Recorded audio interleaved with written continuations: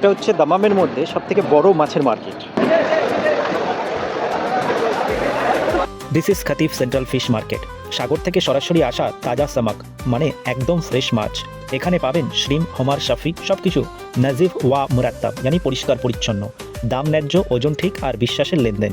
আরবিতে বলে আল বারকাহ ফিল রিজিক, রিজিকে আসে বরকত।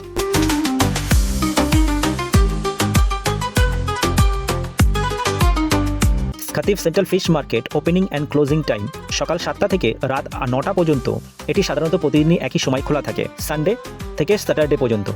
বেস্ট টাইম টু গো, ভোরের দিকে 4টে থেকে 6টার মধ্যে গেলে মাছের সিলেকশন সবচেয়ে ভালো থাকে।